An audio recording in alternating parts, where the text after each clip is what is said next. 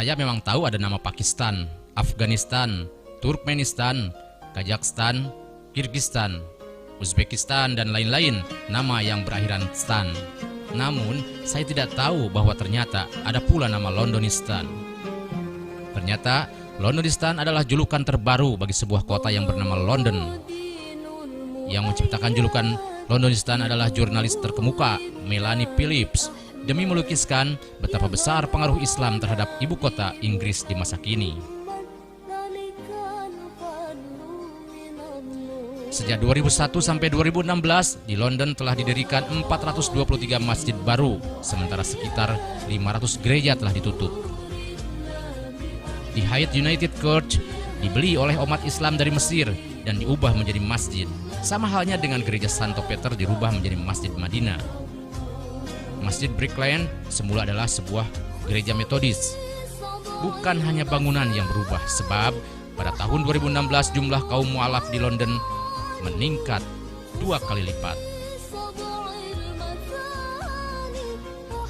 The Daily Mail sengaja secara khusus mempublikasikan sebuah foto fakta Londonistan, antara lain dengan foto sebuah masjid dan sebuah gereja bertetangga di pusat kota Londonistan, atau adegan di dalam gereja San Giorgio yang berkapasitas tampung 1.230 jemaat, namun hanya dihadiri 12 orang pada upacara misa, dan hanya 20 orang tampak hadir di dalam katedral Santa Maria.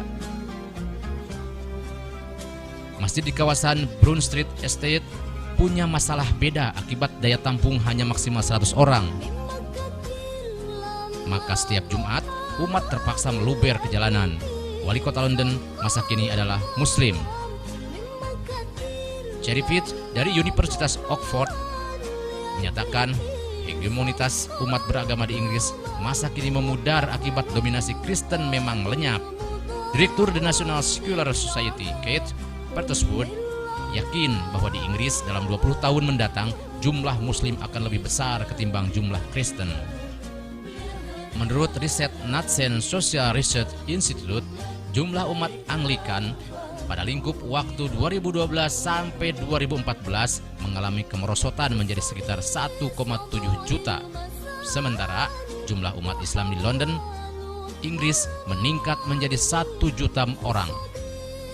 Demografikal umat beragama di Manchester 15,8% Muslim, di Birmingham 15,8% Muslim, bahkan di Bradford 24,7% Muslim. Wajar apabila para penderita Islamophobia makin dilanda gelisah, paranoid bahwa gelombang bencana Islamisasi sedang melanda Inggris. Namun, bagi mereka yang mengerti kodrat proses peradaban, sama sekali tidak merasakan apalagi menganggap fenomena Londonistan sebagai suatu mimpi buruk di malam hari.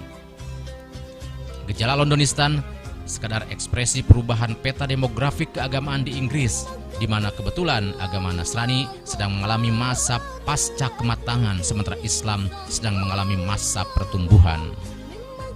Kemerosotan jumlah umat Kristen bukan akibat pertumbuhan Islam.